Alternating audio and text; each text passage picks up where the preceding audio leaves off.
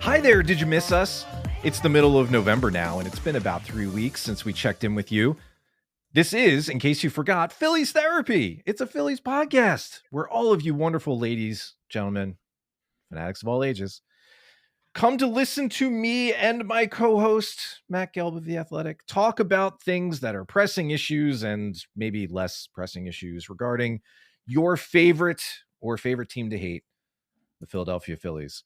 It's been so long that I feel like I needed to give you that recap of what it is exactly we do here, much less the things that have actually happened in the league since the last time we've talked.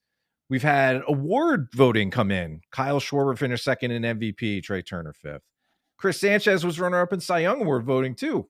Two more guys in the top 10 in Jesus Luzardo and Zach Wheeler. Few added to the All-MLB team for those who pay attention to that. I admittedly do not. Little things like Brian De La Cruz getting a minor league deal. That's all fine and good. That happened in the last couple of weeks, but we are here joining you for a new episode this week because there are a couple more things looking ahead that are of greater import. The qualifying offer, the deadline for that is tomorrow. That's Tuesday the 18th at 4 p.m. Eastern. Of course, Kyle Schwarber and Ranger Suarez were offered the QO. They will decline it, barring one or either of them slipping on a banana peel and fracturing a wrist or something. I don't know. They're going to decline it. It's for a little over $22 million. It's really just more of a formality at this point. The roster tender deadline, the contract tender deadline, I guess would be more accurate, is this Friday. That is something that's going to help resolve some 40-man crunches and may result in a little bit of trade activity. Something to watch as this week winds up. Harrison Bader is a free agent. He declined his part of the mutual option. Jose Alvarado had his option exercised, so he'll be back. But there's another left-hander in the bullpen who is generating some trade interest, and we'll talk a little bit more about that as we get warmed up. Great. Got all that? Good. Let's do this. Let me welcome in my co-host. He is, as mentioned, the Athletics Phillies beat writer. He is back from Las Vegas, still in one piece. He is Matt Gelb. Matt, hello. How are you? How have you been? I'm great. I have pretty much memorized the soundtrack to K-pop Demon Hunters, thanks to my kids. Yeah. It's been a big thing. Been picking up a lot of branches outside my house from all the wind. Wow. And I'm also pouring one out for you now because once again, another offseason will pass without the Phillies signing the only guy in Major League Baseball you truly are thinking about at all times, and that's Ryan Yarbrough. I knew as soon as you wound up for that where you were going there. Yeah, the hot stove is lit. Oh, baby, it's cooking. No, but I mean, Josh Naylor signed. Yes, Josh Naylor got a 5-year deal to return to the Mariners, which, good for Seattle. I feel like that deal makes sense for them. So he'll go back to Seattle. He's younger than I thought. He is. A lot younger than I thought. Yeah. So when I saw 5 years, I was like, huh? And then, he's only 28. Yeah, it does. He's one of those guys who feels like he's been around for a lot longer than he has. Yeah. So he's staying with Seattle. That's one of those pretty rare long-term deals that happens before the winter meetings. I feel like that's been kind of a thing that hasn't happened as much lately. I remember last winter, I was talking with a friend of the pod, Mike Bauman, about an idea that I had in looking around the time Travis d'Arnaud signed with the Angels, in trying to think about what kind of player jumps the market. Like what does that look like? Is there an archetype for that? And he dug into it and put out an article last offseason about that whole thing. And I Josh Naylor, I don't know what would make him go back to Seattle so quickly on the 5-year deal. Maybe that is far and away above what he and his camp were expecting to get on the market. I just really liked it there. Maybe really liked it. He did seem to have fun. He had a really nice year. That's why I think it's good for Seattle. But anyway, yeah, the hot stove picking up. Phillies haven't made any big moves yet necessarily, unless you really like Brian De La Cruz on a minor league deal. But this week is probably going to change that. We have a couple of things cooking here, Matt. We know that there is the formality of the qualifying offer being declined by Kyle Schwarber and Ranger Suarez. That's going to happen. You said that even if they slipped and broke the wrist, I still think they would decline the offer. Yeah, maybe they would, right? Knocking on wood anyway. So that's going to happen. But the real interesting thing, and these things are interconnected, is the contract tender deadline that is coming up on Friday and the potential for the Phillies to make a move, and one of multiple moves, because we all know Nick Castellanos is getting moved. And that is not who I'm talking about. There's a possibility emerging that the Phillies could deal from their major league bullpen. They are, according to some of your reporting and things that you were hearing as a result of, boots on the ground, Las Vegas and otherwise, Matt Strahm is getting some nibbles, which All is three guys, interesting. all three lefties. All three lefties getting some nibbles, that of course being Matt Strahm, Alvarado, who, as we mentioned, had his option picked up, and Tanner Banks, who is a late career bloomer here as he gets into his mid-30s. Matt, I think this is interesting because the bullpen right now is a little thin outside of the very top. What would be the thought process here around dealing from this crew and dealing from really one of the guys who has been pretty solid and consistently solid for that group over the last couple of years, and Matt Strahm in particular? I don't know. I mean, like, I think it's an interesting idea, and I'm not so sure it was something that they were necessarily, like seeking, but I think given the market dynamics, which is that, lefty reliever is probably one of, if not the thinnest spots on the free agent market this offseason. Yeah, I mean, if you're looking at the best names out there, it's like, and I listed a few of them in my story, but I mean, it's like Gregory Soto, Drew Pomerantz, Danny Colomb, who's like, 36 and, so does not throw very hard. Has had good numbers though. Hobie Milner, Sean Newcomb. It's not a great list. And so I think teams, this time of year, they're checking in on other teams and they're trying to figure out, well, who might have a surplus of this, and who might have a need that we can fill. And I think teams have identified the Phillies because they have, once they pick up the Alvarado option, which was a no-brainer, they've got three, quality left-handed relievers in their bullpen. And I think that's why they've gotten a lot of calls on them, is because the market is pretty weak. And in the Phillies case, I mean, why entertain us? I think it would be that, okay, well, if we can, get something of substance, maybe a mid-level prospect or something for one of our lefty relievers, and then take, if we move one of the guys with money, Strahm or Alvarado, take that money and reinvest it maybe in the bullpen, but not in one guy. Maybe you're trying to throw a few darts. Yeah. I can see an argument for it. I do think that their situation does call for some creativity at certain parts of the roster, right? Because this offseason is not exactly the most creative. I mean, because they're pretty clear about like what they want, what the top priorities are. I mean, it's like re-signing Kyle Schwarber, re-signing JT Realmuto, possibly bringing Harrison Bader back. That's not the most, creative offseason. So I think that there's spots where they can try to be creative. And I think Paul, more than anything, I mean, they should be thinking about refreshing the bullpen mix, right? I mean, I think we know that, the guts of it are going to be pretty similar to last year. I mean, you have John Duran at the back, which was a guy, they didn't enter last season with, but he's very much in their plans now. And I think, you have Orion Kirkering, you have two of the lefties that we mentioned. But I think there's some room to kind of refresh that mix a little bit. Yeah. And so I understand why maybe they're entertaining that idea, but I think more than anything, they should be thinking about how can we get more swing and miss in our bullpen? And this was something that we talked about, last year at the trade deadline. What were they looking for? And, Duran isn't necessarily like your prototypical swing and miss kind of guy. Obviously, he's got great stuff. But I think they need to be thinking about how to get more swing and miss. And maybe that's why, they come down here and say, well, Strahm has been reliable for us, but other teams are offering us something for him, and maybe this is a way for us to refresh the thing. I don't know. It is interesting to me because the more I've thought about this offseason, coming in, everybody knew the headliners, right? Schwarber is a free agent. The Phillies want to re-sign him. JT is a free agent. The Phillies want to re-sign him. Ranger is a free agent, and as much as he is beloved around here and will be beloved for, you know, his performance and his attitude, the way he comported himself out there is legendary, with his casual fielding that was so excellent and deserved Gold Glove consideration. That he is not coming back because the Phillies they do have some finite elements to their resources here, and they have a roster that is thinner in some places. That money could be better spent on, as sad as it is to say. And I think the second half of the bullpen is absolutely an area that's ripe for that.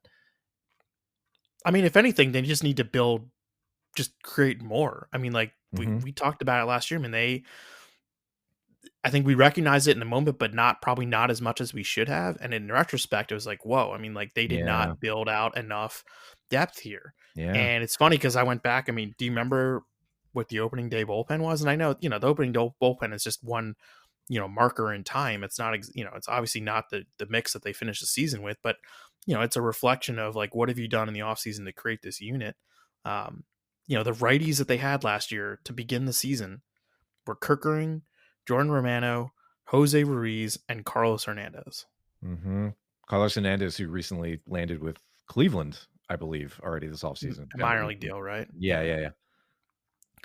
So, you know, and there wasn't a lot of competition in spring training. They ended up trying to create depth during the season through waiver claims, through some smaller trades. Daniel Robert was a trade. But in the end, Paul, I mean, like they still, you know, they were, I have it up right now. I mean, I think I have the number right. I mean, they were 25th in whiff rate from relievers last year. I mean, just not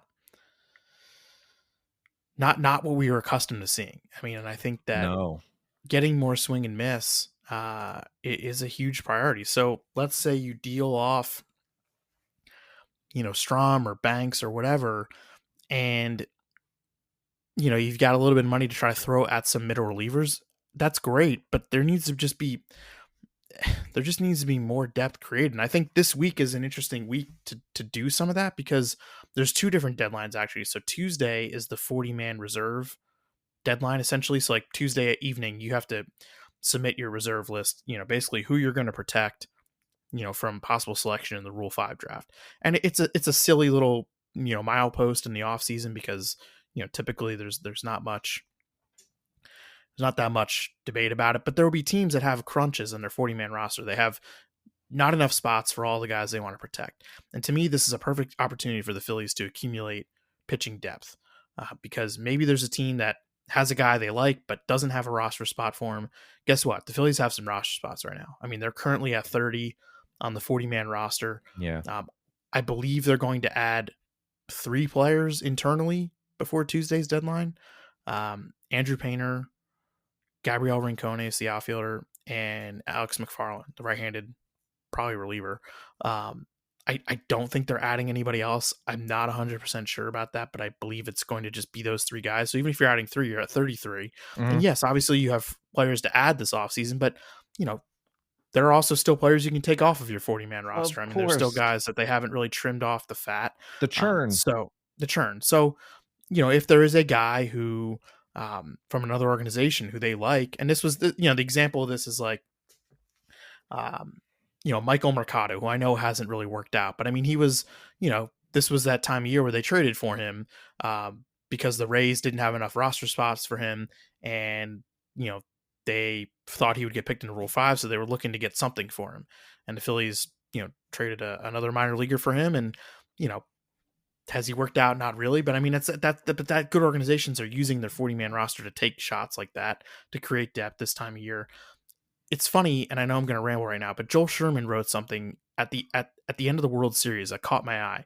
And I know that like it's a tired trope to like, what can we learn from the World Series, right? Everybody does it every year, and it's like, well, usually the answer is not a lot. Right. But Joel had a really good observation, and I know we always talk about, you know, the curse of like trying to win the offseason, because typically, you know, winning the offseason doesn't necessarily you know, lead to winning a World Series, for example. But Joel made a great point. I mean, it stuck out is that like the Blue Jays and Dodgers had pretty bad off seasons last year. And Mm, like a lot of those guys that they went out and acquired, they ended up not really factoring into the World Series. But what that meant though is that they did such a good job of like building a roster beyond those acquisitions. Like the Blue Jays' big money was Anthony Santander, did not factor in the it World was Series. awful. Yeah. They Max Scherzer ended up factoring, but Yeah. Jimmy Garcia was a reliever they signed to a 2-year deal. He ended up He got hurt. barely pitching. Yep. Uh, you know, Andres Jimenez ended up having a good playoff, so like he was, kind of a secondary addition for them at that point. But like, um, the Dodgers, some of their acquisitions along the edge, Tanner Scott and Kirby Yates and Blake Trine, and those, they spent a lot of money on those guys. They didn't really do very much. They signed Michael Conforto for $17 million. He didn't appear in the playoffs. Um, Hai Sung Kim, who was a guy that we thought, oh, like what a pickup, barely played. Um, it's just like those big money acquisitions. Uh, they were important at the time, but not so important in October. And it's I, because both those teams built really good rosters, I deep also rosters.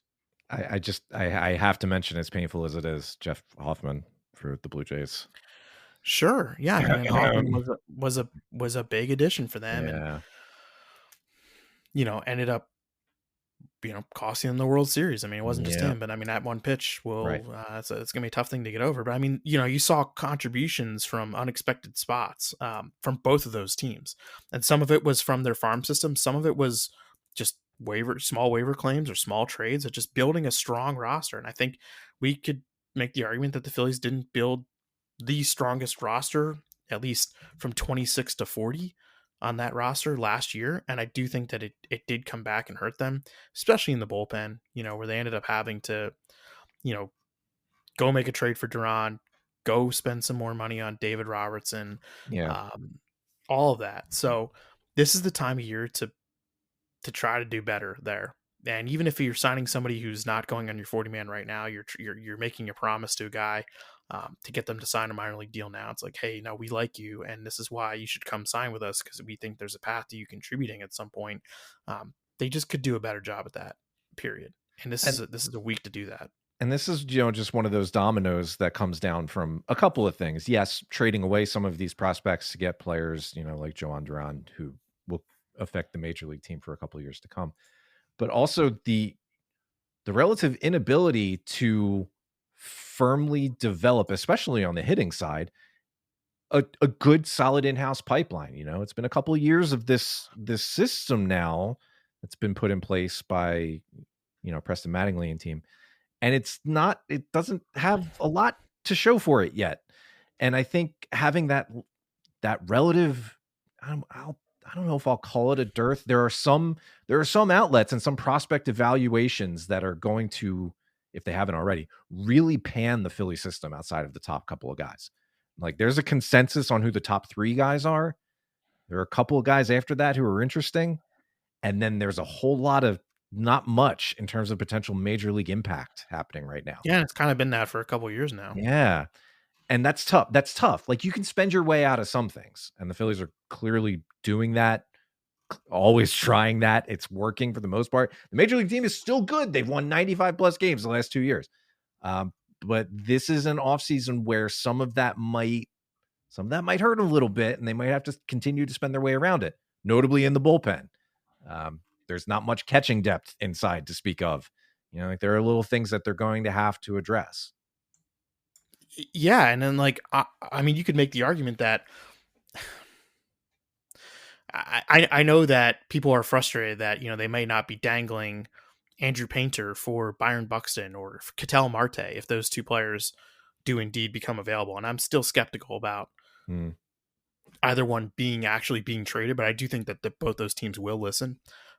But the package probably starts with Painter. Not probably. It starts with Painter and like Painter plus. And quite frankly, I mean, it depends on what you want this franchise to be. I mean, like, do you want them to put everything in to 2026 and 2027, I guess?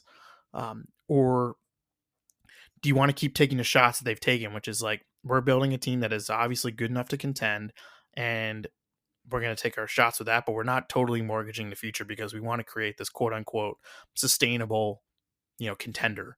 Um, and I know that that's a little Pollyannish thinking, but there are franchises that can do it and have done it, and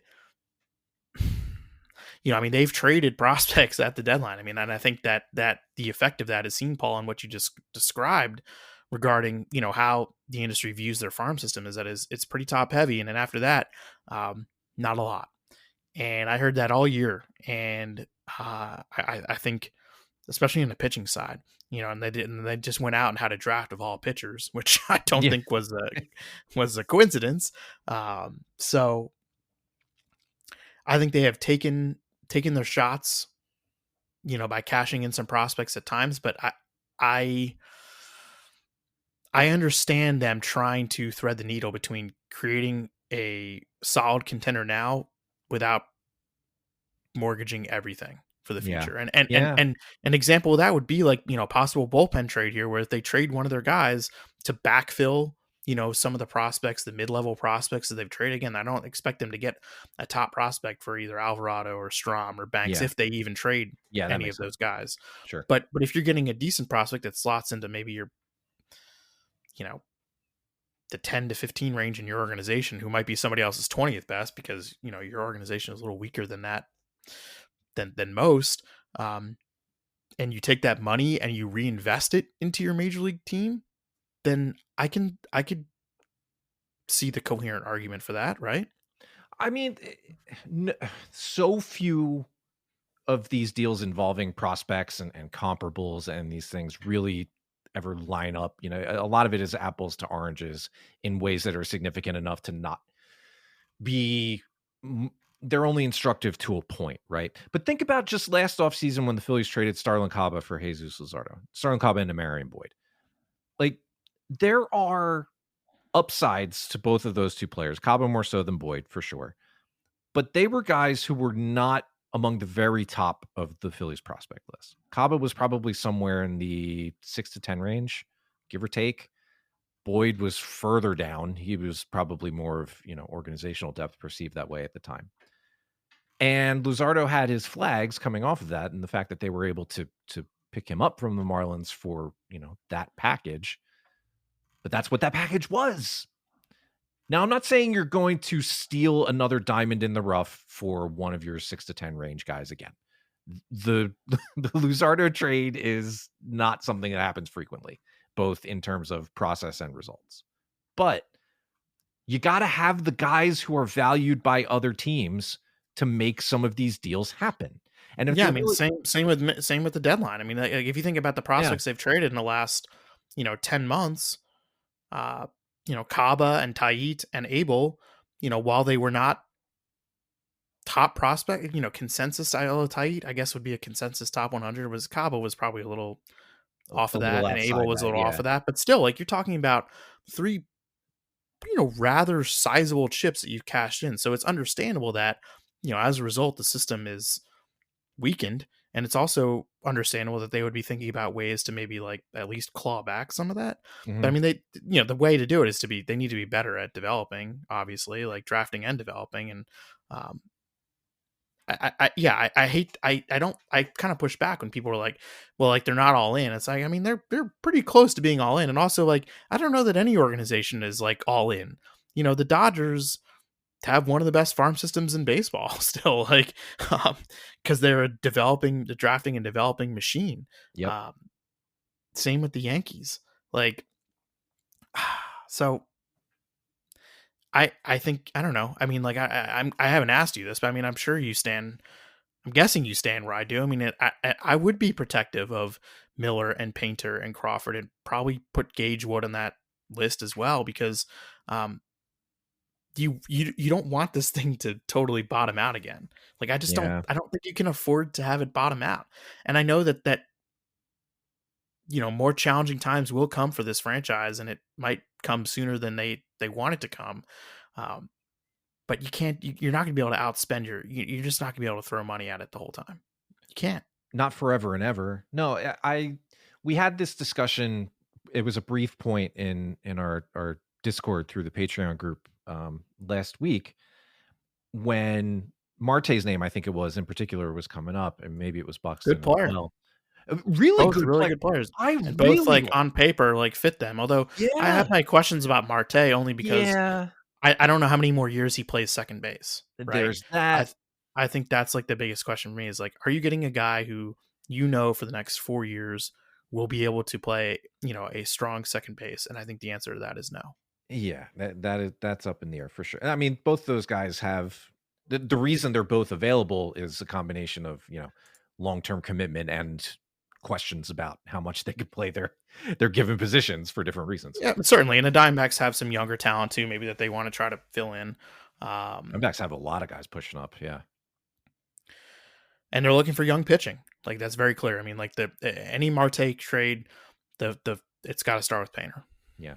And in a vacuum, my point when this came up, or my thought at least, was in a normal circumstance, agnostic of a team's farm system situation, really their whole roster situation, because you have to take all of that into consideration. I would think about including an Andrew Painter for a Byron Buxton or a Ketel Marte. Because like we've said, those two are really good players. They're really good. And you got a deal to get. But because the Phillies roster is the way it is, with a clear need at the back of the rotation, with a lack of depth outside of the top guys, the guys who could really get you somebody impactful from a major league team, there is that precipice that they walk along where you do kind of risk putting this team's back against the wall, staring down the same thing it went through in the early to mid 2010s. Nothing is Yeah. guaranteed, but that's what you back yourself into that corner. You do, especially when you don't have enough quality reinforcements that we can at least see right now as we sit here in mid-November 2025, looking out among the system. It just doesn't look like there is a strong cavalry coming up behind those guys right now. There isn't a lot of cushion to absorb the loss of dealing one of those guys outside the organization.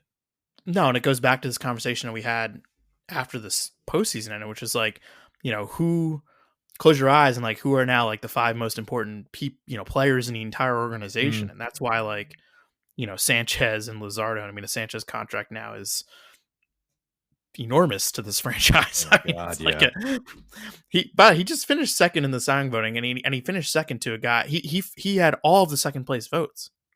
Like he was unanimous second. Yeah. Which is awesome. I mean, I think it's pretty cool that like his season was recognized. I mean, I think certainly you could make an argument that he could have gotten a few first place votes, and he think didn't. so. Yeah. Yeah. I get why he didn't. Any other year, this guy is a Cy Young winner. So amazing. But yes, when you're making a list of the important guys, I mean, like to me, Painter is still up there, and Miller is up there too now. Yeah. Because like, no, you're right. There's not a cavalry behind those guys, but right now you don't need a cavalry, right? Because That you is do true. have That is like true. you still have like, you have older players, but they most of them remain still in either prime years or productive years. Yes. Okay. At least for the next 2 seasons. I don't think it's unreasonable. It's like, will Aaron Nola have 2 more productive seasons? Sure. Like, I mean, you're not saying like, no, I mean, it's like, will it happen? I don't know, but can it happen? Yes. Can Trey Turner have 2-3 more productive seasons at his peak? Of course. Yes. After 2025. I mean, like, yeah, for sure. Yeah. Like there are a lot of guys you can say that about, I still think, on this roster. And it's why though, like to me, like the Painter thing, like if you weren't going to trade him for Garrett Crochet, then you're not trading him now. Right. Yeah. And that's how I look at it. And they drew the line there. And I understand why they drew the line. I get it. And I think I would have drawn the same line. And I know that's putting a lot of pressure on this kid to be something. But like right now, I mean, they just need him to be at the very least like a back of the rotation guy who helps them out in 2026. And if he's better than that, then now all of a sudden you're like, okay. I mean, like now they have something. But Miller to me is really important because outside of him and Crawford, I mean, there's no one else in the organization at the upper levels who profiles as a an everyday contributor in the majors. And I know those players are really hard to find right now, so they're not the only organization I'm sure that's like that. But yeah.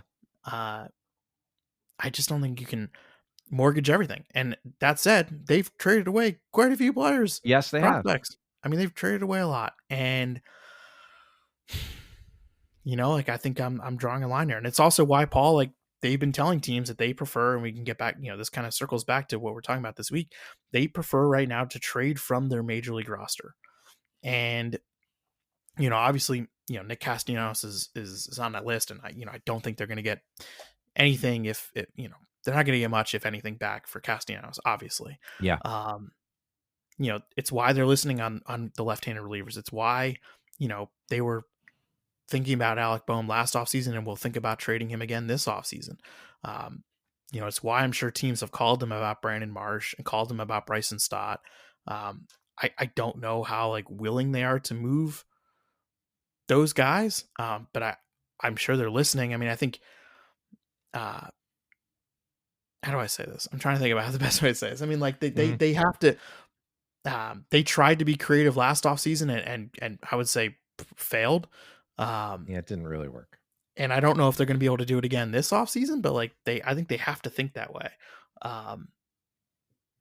And maybe Boehm doesn't get you very much, but I mean, like Friday is something of an inflection point because it is the tender deadline, and I'm not saying they won't tender Boehm. They will, but it's also a chance, like, if you do want to trade him, like this is a natural point. Friday, teams are thinking about, maybe there's somebody that they really want to trade, but they don't want to commit to the money on him, by tendering him a contract, and so maybe that's when a trade can happen. I don't know, but both Tuesday and Friday, there being some natural deadlines in this offseason, this interminable Major League Baseball offseason, maybe we see some action here. When you think about businesses that are selling through the roof, like aloe or skins, sure, you think about a great product, a cool brand, and brilliant marketing. But an often overlooked secret is actually the businesses behind the business, making selling and, for shoppers, buying simple. For millions of businesses, that business is Shopify. Nobody does selling better than Shopify. With Shop Pay, that boosts conversions up to 50%, meaning way less carts are going abandoned and way more sales happening. So if you're into growing your business, your commerce platform better be ready to sell whatever your customers are scrolling or strolling on the web, in your store, in their feed, and everywhere in between. Businesses that sell more sell on Shopify. Upgrade your business and get the same checkout Skins uses. Sign up for your $1 per month trial period at shopify.com/Westwood1, all lowercase. Go to shopify.com/Westwood1 to upgrade your selling today. Shopify.com/Westwood1. This episode is brought to you by Progressive Insurance. Fiscally responsible, financial geniuses, monetary magicians. These are things people say about drivers who switch their car insurance to Progressive and save hundreds. Because Progressive offers discounts for paying in full, owning a home, and more. Plus, you can count on their great customer service to help you when you need it, so your dollar goes a long way. Visit Progressive.com to see if you could save on car insurance. Progressive Casualty Insurance Company and Affiliates. Potential savings will vary. Not available in all states or situations. You're invited to spend an evening on Fremont Avenue. For generations, this house has been home to soulful music, good food, and cutthroat card games. Saints and sinners. Unexpected laughs and unspoken truths.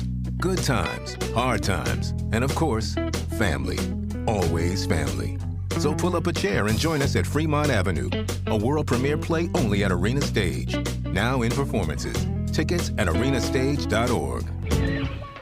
We're just getting started. It's wonderful. Just getting started. So I mean, this week is going to have a little bit of action. Maybe it doesn't result in anything big, and I think we've set everybody's expectations for the Phillies side of things appropriately. There might not be too much going on here. Could raise an eyebrow if, someone like a Matt Strahm or even a Tanner Banks or Jose Alvarado gets moved, for sure, because, those guys have been around for a minute.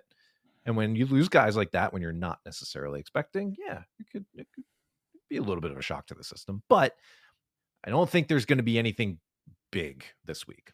That being said, we're ramping up now in the next couple of weeks to the winter meetings, which is, of course, everybody's focal point in the offseason, first week in December. Is it?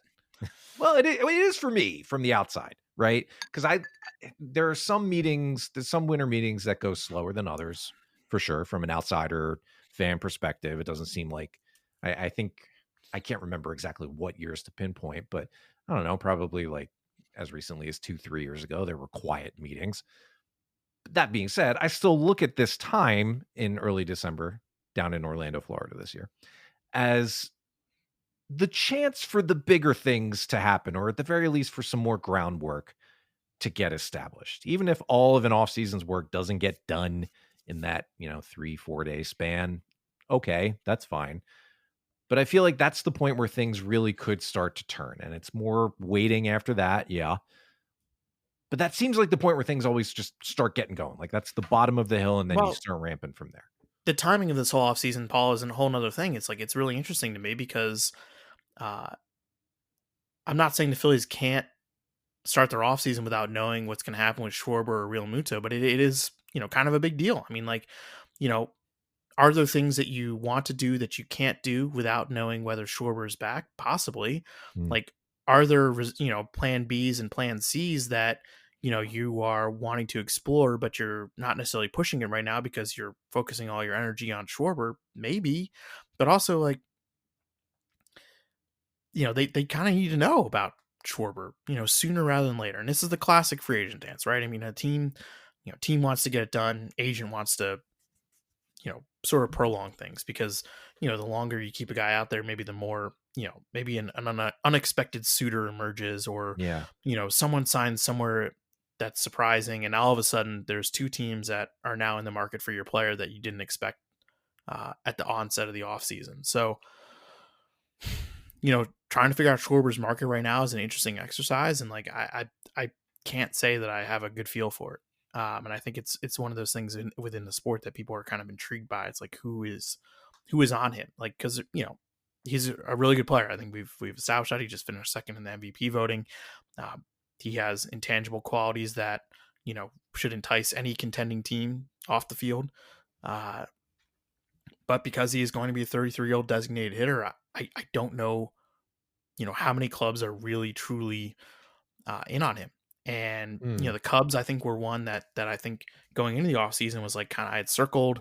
I know from Schwarber's camp, like, going back to Chicago was I'm sure something that they would be interested in if it was possible. But it really sounds like the Cubs are not in there. It sounds like the Cubs have Okay. really focused their efforts, at least on like the bigger ticket pitching items for now. That doesn't mean that can't change. I mean, I think within the industry, there's zero expectation that Kyle Tucker re-signs with Chicago, which is, Wow. A thing, I guess. I mean, like the Cubs haven't necessarily operated as, one of those big market forces Wow. for a few years now. Think about it. I mean, they really haven't. Yeah. And so, certainly that could change. I mean, they could get involved with Shorter, but as I see it now, I don't think they're that engaged. And so then you think about Boston, and you think about the Mets, and you think about Cincinnati, I guess. I think those three teams stick out right now. Boston's really left-handed, and has a surplus of position players right now. Period. The Mets, I think, are interested in bringing Pete Alonso back, and if they do, I do not see Schwarber going there. The Reds are, I guess, a wild card, but it would require them giving out the biggest free agent contract I think they've ever given out, and I'm not so sure that they have the appetite or the wherewithal to do that right now. Interesting. Texas was another team that I thought was, possible, but they're going to be trimming payroll. I do not think that they will be a landing spot for Schwarber, barring something unforeseen. Well, all right. So that brief tangent there, because that one's new to me. How significantly is the expectation there? I don't know. What would they trade? Who would they know, trade? Really? But they're going to try to trim. Adolis Garcia is a guy this week that, like, he is probably going to get non-tendered. So it's like, if you're a team that likes him, do you wait for him to be non-tendered and you try to undercut him with a 1-year deal that for less than he was going to get in arbitration, or do you trade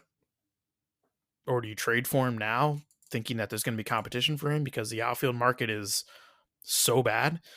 Yeah. He's a really interesting guy to me this week. Not just like Phillies related, but just like across the league. Like what happens to him? Yeah.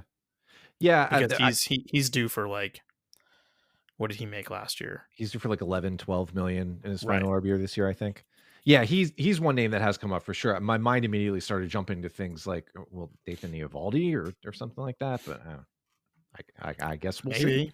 I guess we'll see. I mean, I've heard that Marcus Semien could be had.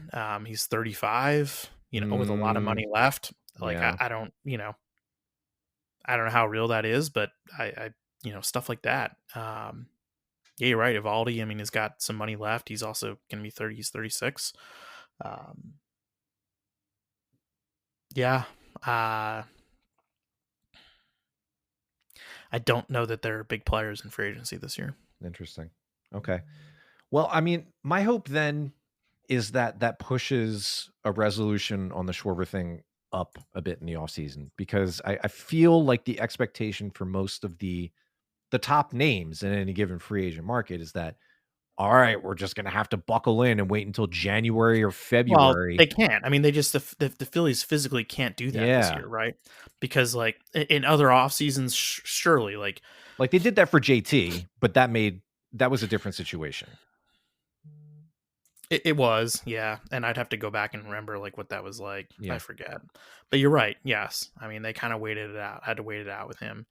I mean, but catchers are just kind of different anyway. I guess that's just one point to the counter, even though it doesn't really hold up here, because I do see where you're coming from. If the Phillies are planning another $100 million outlay here, which is probably what we're looking at, then given the rest of the roster and the fact that, they're going to have to spend a little bit more money on some actual ready-made major league contributors than they necessarily have the last couple of years. They still are going to have an outfield spot to address once the Castellanos thing is resolved. They'll still have, as we said, near the top, probably multiple relievers to think about adding to, the bullpen. Like that is not, if they're not going to push $400 million, which they're not, they've said they're not, and they're going to stay around where they've been the last couple of years, in the threes and change, or high two, that crazy high number, then that's probably what we're looking at here.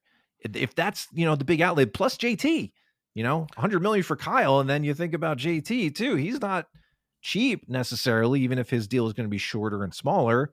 So no, yeah, and there's one more team I want one player on one team that I want you to keep an eye on this week also, because of this tender deadline.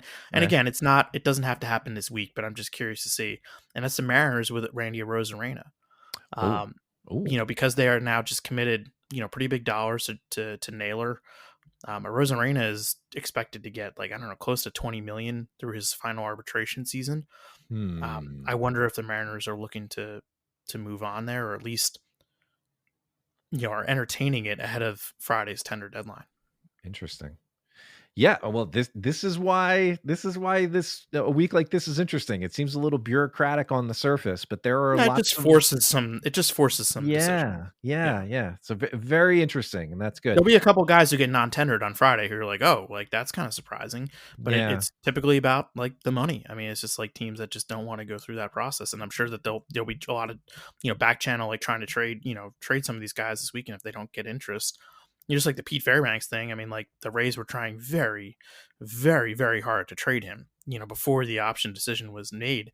And I think a lot of teams saw through that and were like, well, they're clearly not picking up the option. So why would I trade a prospect when I can just wait a day and he's going to be a free agent? And obviously I have to compete against other teams to sign him because he's a free agent. But yeah, I think that was stuff like that. You're kind of trying to read teams and you're trying to figure out, well, like, are they bluffing? Like, are they trying to really push this guy right now? Because, like why are they pushing? Yeah. All right. So there we have it. That's the week to come. We have the qualifying offer and 40-man roster deadlines tomorrow. The tender deadline Friday, as we were saying, with money potentially changing hands and rosters being shaken up a little bit. Look for some stuff this week. It's probably going to be a little bit of movement. We don't know exactly who, but usually when there's smoke, there's fire. So pay attention to the bullpen. Pay attention to what the Phillies could potentially do. Adding. Think about outfield groundwork, catching depth. All these things are things that could be addressed. They could be addressed. So we'll see. I know I'm paying attention. Matt, before we sign off here for this little check-in, and to everybody out here who's been patient as we took a couple weeks in between these, the really bad part of the offseason is past us. That is a reflection of what the first couple weeks of the offseason are really like. There's not a lot to talk about, but now there's going to be more stuff happening. So we'll be in more regularly.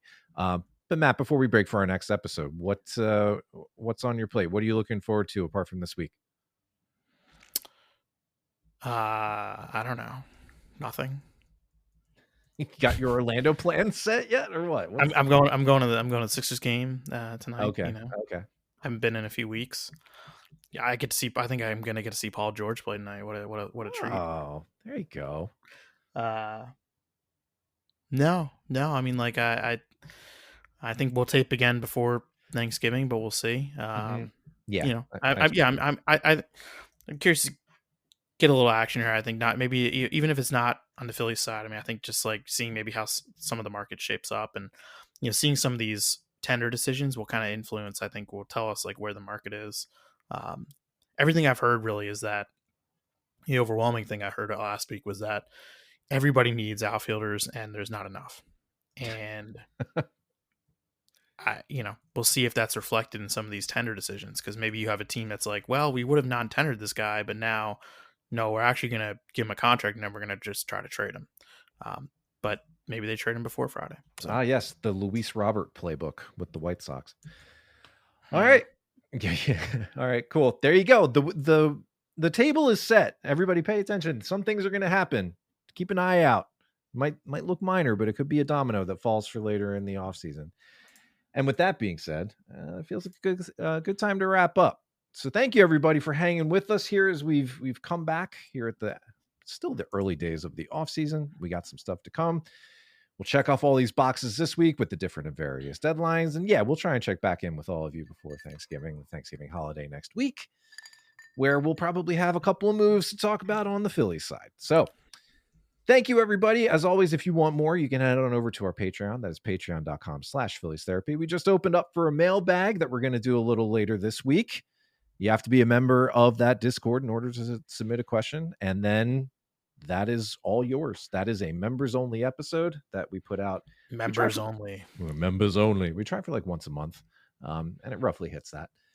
It's only $5 a month. We charge the bare minimum we possibly can. So yeah, we'd love to have you. It's more about the community than it is. We're going to do more. I promise. I'm sorry. It's been a little. Stop apologizing. We're fine. We're fine. This is how the off season goes. Anyway, thank you everybody for hanging with us and listening.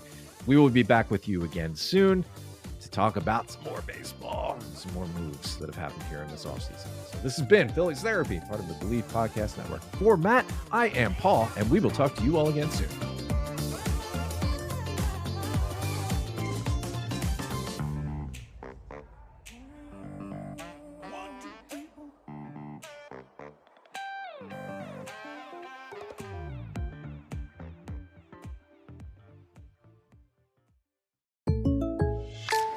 If your small business is booming, you might say, cha-ching! But you should say, like a good neighbor, State Farm is there! And we'll help your growing business. Like a good neighbor, State Farm is there.